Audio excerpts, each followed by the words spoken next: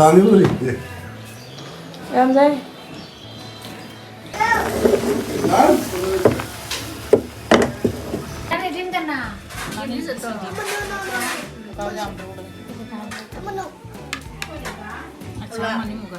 আচ্ছা ডিমটা মাছটা বনে ছাল দিয়ে দিলাম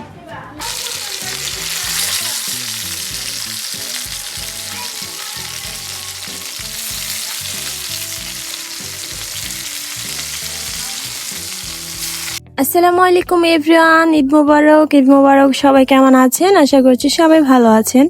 তো এটা হচ্ছে ঈদের দ্বিতীয় দিন, তো সবাই মিলে নাস্তা করতে বসে গিয়েছি। আর ঈদের দ্বিতীয় দিন যেহেতু আর ঘুম ভাঙতে অনেক দেরি হয়ে গিয়েছে, বাহির থেকে নাস্তা আনা হয়েছে। আর এদিকে আমি চা বানিয়ে নিচ্ছি সবার জন্য। বাইরে থেকে পরোটা, ভাজি, ডাল এগুলো আনা হয়েছে, তো যার মনে চায় ডিম ভেজেও খেতে পারবে। আর আমাদের পছন্দের জিনিস চা, সেটাও আমি বানিয়ে ফেলেছি। এখন আমরা সবাই বসে চা দিয়ে পরোটা খাবো। আজ আমার আম্মু আমার নানুকে দাওয়াত দেওয়া হয়েছে, সাথে আমার ননদের ওনারাও আসবে। তো সকালবেলা উঠেই কিন্তু নাস্তা খেয়ে কাজে লেগে পড়েছি।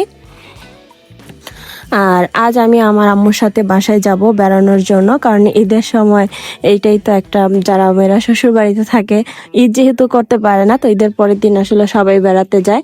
তো আমিও আজকে আম্মুর সাথে বাসায় চলে যাব।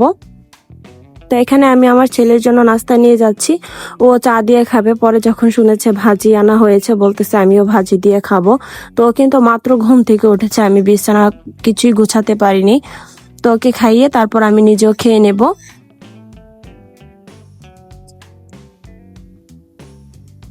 এই তো এদিকে আমি মুরগির মাংস রান্না করতেছি, আর গরুর মাংস রান্না হয়ে গিয়েছে। দুপুর রান্না বান্না এগুলো আর কি দেখাবো।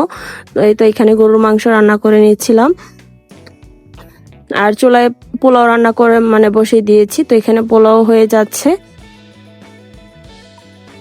আর ডিমও রান্না করে ফেলেছি। ডিম রান্না করা হয়ে গিয়েছে, এখন আমি শুধু মাছগুলা ভুনা করব। তো এখানে ইলিশ মাছ ছিল বাসায়, তো এই মাছগুলা আমার ননদ কেটে কুটে ধুয়ে দিয়েছে, যে এখন আমি ভেজে ফেলবো। তো অলরেডি কিন্তু মেহমান বাসায় চলে এসেছে।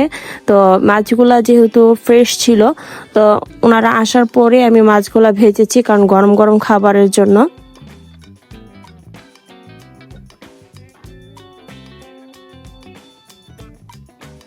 তা আমাদের ব্লগগুলো আপনাদের কাছে কেমন লাগে কমেন্ট করে কিন্তু জানাতে ভুলবেন না। তো ঈদের ব্লগটা কার কাছে কেমন লেগেছে অবশ্যই কিন্তু জানাবেন। তো যথেষ্ট চেষ্টা করেছি আমরা ঈদের দিন কে কি করেছি সবকিছু শেয়ার করার জন্য। তখন মাছগুলাকে আমি লবণ এবং হলুদ দিয়ে মেখে নিচ্ছি, তারপর ভেজে নিব।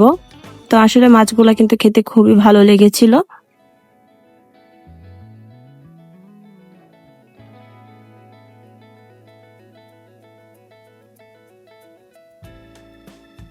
আসলে প্রতিটা মেয়ে খুব খুশি হয় যখন তার শ্বশুর বাড়িতে তার বাবার বাড়ি কেউ আসে।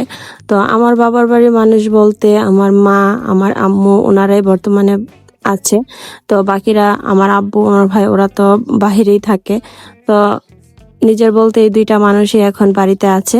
তো ওনারা যখন আসে তখন আমার কাছে খুবই ভালো লাগে, আর তো কেউ নেই এখানে। তা আমার দাদা, আমার কাকা, ওনারা গ্রামে থাকে।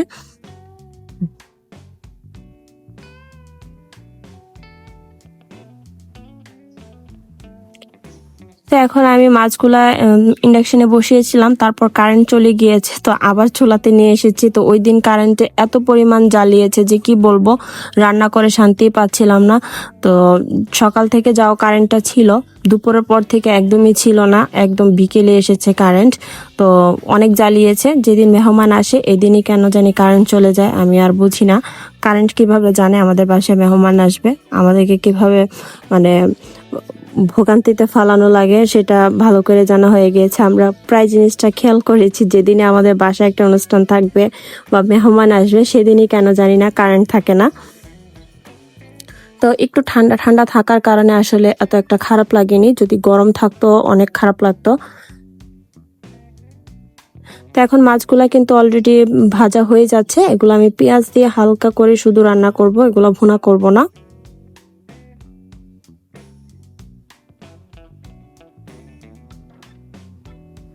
তো তো এই তো এখানে আম্মু এসেছে, আম্মু আসার সময় তরমুজ নিয়ে এসেছিল আর আমার শাশুড়ি আমার পছন্দের রসমালাই নিয়ে এসেছিল।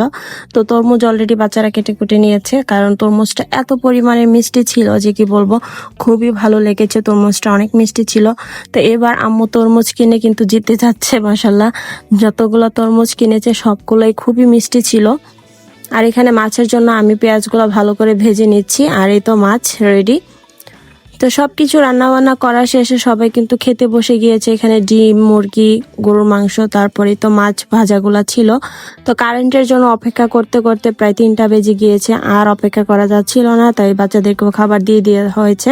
তো সবাই খাওয়া দাওয়ার পরে আমরাও খেতে বসে যাব।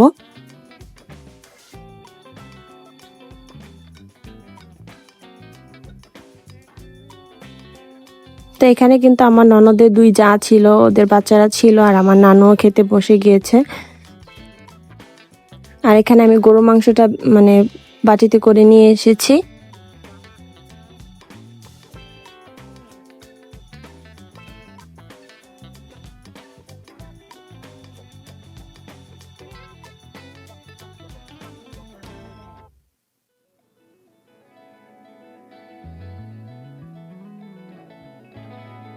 তো এখন আমরা খেতে বসে গেলাম, আমি, আমার ননদ, আমার আম্মু, আমার শাশুড়ি আম্মা। তো আমরা একসাথে বসেছি। তো আম্মুকে আগে বসতে বলেছিলাম, বসেনি, বলতেছে আমার শাশুড়ি আম্মার সাথে খাবে। তো যার কারণে আমরা সবাই একসাথে বসে গিয়েছি। তো খাওয়া দাওয়ার পরে আমি বাসায় চলে যাব। তো আমার সবকিছু রেডি, সাইমকেও বলতেছি রেডি হওয়ার জন্য। তো আমি বিছানা চাদরটা উঠিয়ে চাদরটা ধুয়ে দিয়েছিলাম। তো এটা হচ্ছে রাতে আমাদের বাসায়। তো অলরেডি বাসায় চলে এসেছি, রাতের খাবার খাচ্ছি। তো আজকের এই ব্লগটা কেমন লাগলো কমেন্ট করে জানাতে ভুলবেন না। তো আম্মু আজকে গরুর মাংস রান্না করেছিল, মানে গতকাল। তো এগুলাই সব ছিল। তো রাতে রান্না করেছে, কোনো কিছুর জন্য রান্না না করে। আর সাইম তো গরুর মাংস পেয়ে অনেক খুশি, কারণ বাসায় খেতে পারেনি, ও যখন তখন জিনিস খেতে পারে না। তো রাত্রে খেয়েছে। তা আল্লাহ হাফেজ।